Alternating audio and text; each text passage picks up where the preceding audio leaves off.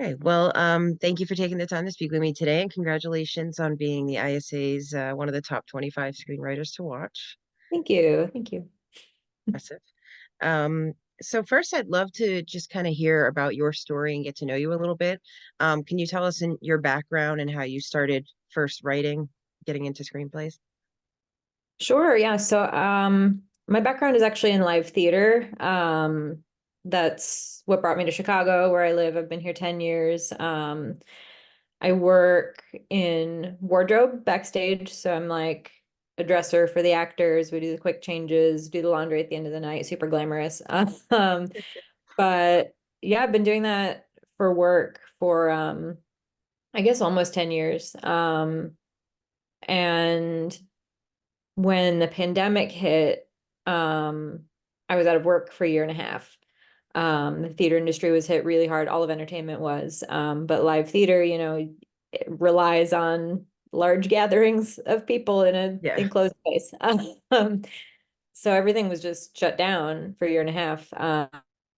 So I found myself stuck at home. We were all stuck at home, but with nothing to do. Um, Uncertain about the future of my industry. And so, I had had these stories in my head for a while, just like, oh, like that'd be a cool TV show, that'd be a cool movie, whatever, whatever. But like, I always dismissed it as like, I don't know how to do that, you know? But now I had all this time to learn how to do it. So I just sat down, I read like Save the Cat, I think was like my first thing that I jumped into. And yeah, I just decided to give it a shot. My first script was really bad, as they all are, I imagine, when you're first starting out. But yeah, it just turned into a whole thing. I really enjoyed it. I was a writer. Like I always liked writing from when I was a little kid. I would just like write little like short stories, things like that. But always like prose. I had never tried scripts before, even plays. It took a long time for me to try writing a stage play, which is funny considering my background. But yeah, I just really fell in love with the format of it, the style of it, the type of storytelling that it is. So yeah, it's turned into a whole thing for me, honestly. It's pretty crazy. Yeah, I mean, it was, the pandemic was definitely a great time to try new things. Absolutely. Um, Absolutely. Yeah, to take that plunge. So you mentioned, you wrote prose and it took you a while to write plays. So was that something that you had worked on, like writing plays before your script? I started my first script that I wrote was a screenplay intended for like a TV pilot. I actually didn't try writing a stage play until probably a year ago. Yeah, again, which is just so funny because like having worked in live theater since I was 10 years old, like why didn't I start with that? But I didn't. I started Yeah. for screen and then kind of moved to writing for stage as well. So now I call myself a screenwriter playwright. I wear many hats. Would you say your time spent, on stage and working in plays has inspired your writing to a degree? I think so. I think it informed my sense of storytelling, because even though going into writing my first TV pilot, even though I didn't know format, I didn't know structure, I didn't know, I knew what made an interesting character. I knew what conflict needed to be, like I knew just from having been immersed in storytelling from a very young age, I think it influenced a lot. Yeah. And it's definitely, I mean, the formats are different. I wrote a lot of prose and then to go to screenplays, suddenly it was like a very different thing. Like, oh wait, I need to show this happening because I can't write like an inner monologue, I mean, I need to, I ran into a lot of things like that. Exactly. So how long did it take you to write that first script? And I know you mentioned you read the Save the Cat. How Mhm. was your research like? Did you do a lot of practice and a lot of like any classes or anything like that? resources? I did eventually um take a class through DePaul. Not to start. That was kind of like once I realized like, yes, this is something that I like. This is something I want to learn more about. I invested in a course that I was able to do remotely because this was still during like my furlough period. So I was able to do it remotely from home. Like just a screenwriting 101 class. It was mostly focused on features, but it taught me a lot about, again, like the structure of it, like how the arcs needed to go, you Yeah. know. Yeah, so that's really the only like class I've taken. I've mostly learned through doing it. I've mostly learned from reading scripts, both produced and not yet produced scripts. I joined a writing group pretty early on in the process, which was immensely, like, hugely helpful. And we're still meeting. We still meet every other week, like 4 years later. So that's awesome to see everybody like growing and everything. Yeah, so it's mostly been learning through doing, I would say. Yeah. That's kind of always been my tactic as well, I think. And I think with writing in general, the more you do, the more you learn. Because like you Absolutely. said, your first was probably no good.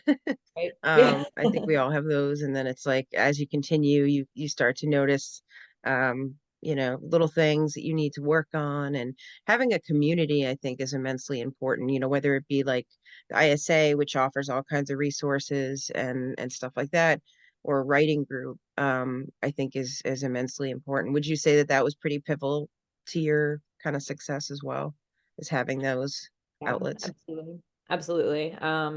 The feedback I get, they're really like, my writing group is really like I call it like my first line of defense, like my very like, because they've read my stuff that's like been tweaked and the final-ish draft, like they've seen my like end drafts, but they've also seen my like early, like, this is exploratory, I don't really know what I'm doing with it yet.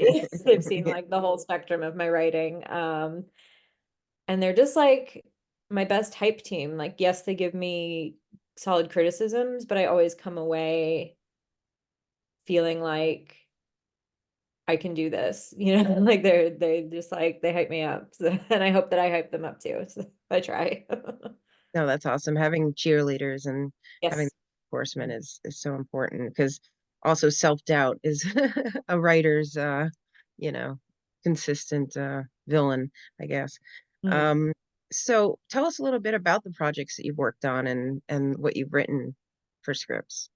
Yeah, so I would say that my brand, I guess, is like, I write stories about women, Mhm. um, going through something like going through like the worst time of their lives, basically, like, and that has been a variety of different things. But that's kind of and what I bring to that though is finding like what's what's light in that, like where is the levity, where is the joy inside of the tragedy, where is what's weird, where um so yeah, so that's kind of like the overarching, if I had to like look at a theme of everything I've written.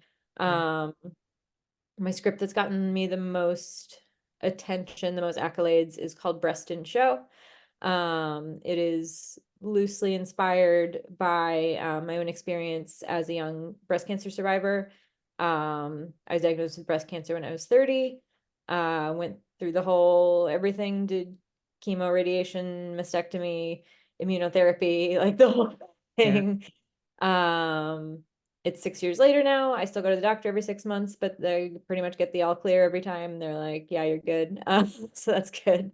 Um, but it inspired me to write this piece, which is about a young breast cancer patient who teaches her senior support group members. So these women are like much, much older than her, She teaches them to learn to love their bodies again through the art of burlesque. So that's it. That's also comes from my history as a burlesque performer. I don't perform anymore, but I did a few years ago. Um, yeah, so that's if I had to call anything my like calling card piece, that's that's what I would breast and show is it. Oh, I love the title. Yeah, thank you. Breasted show. That's fantastic. And it works for so many reasons.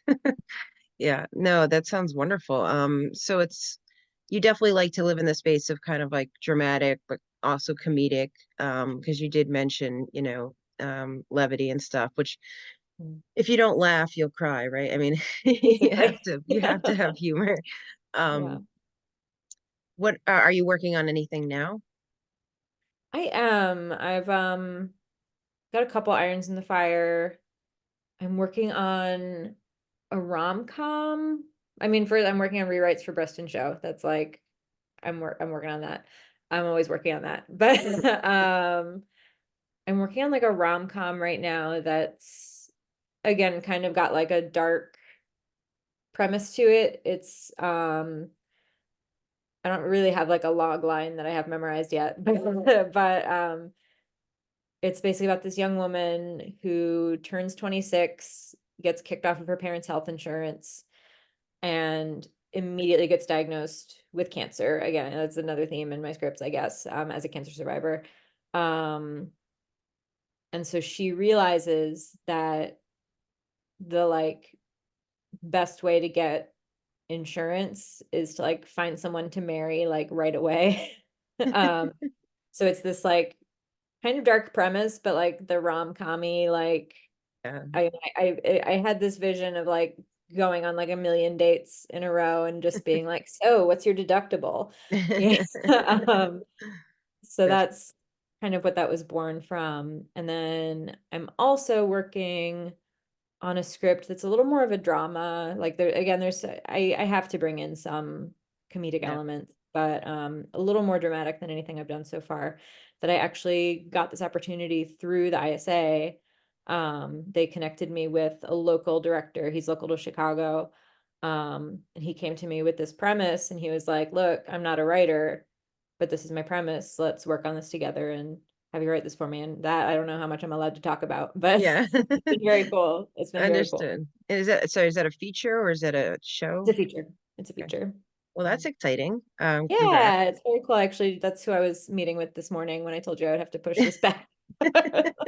Rightfully so. No, that's very exciting. I'm really excited for you. And so Breast and Show, is that something that you're looking to get made into? Is that a feature as well?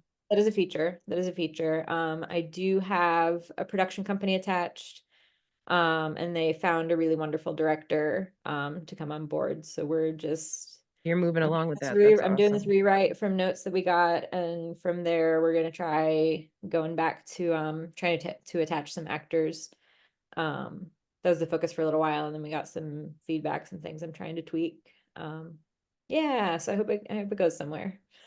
Yeah, I think it will. It's like I said, it sounds I would love to watch it. So Thank you. it sounds amazing and I wish you luck with that.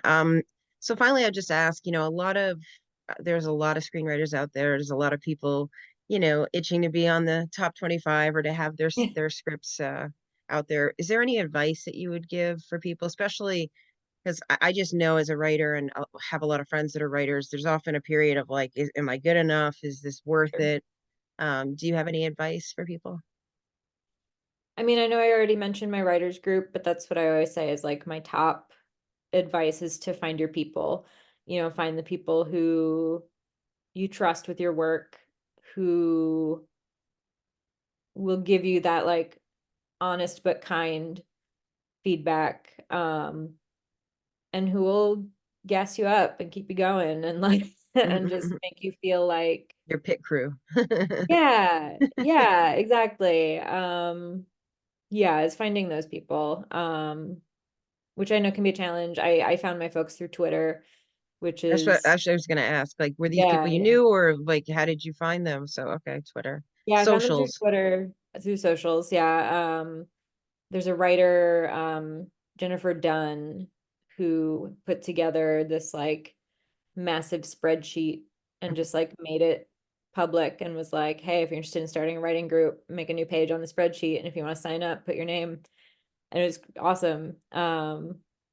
Yeah, so that's how I found them. It was, and like I said, we're still meeting 4 years later. That's fantastic. And thank you for that. I think people will find that really interesting. Well, Yeah. congratulations again. It was wonderful to meet you and to hear your story. And I can't wait to see Preston show on the big screen. Thank you. Thank you. And I hope you have a, wonderful rest of your day. Yeah, thank you. You too. Thanks.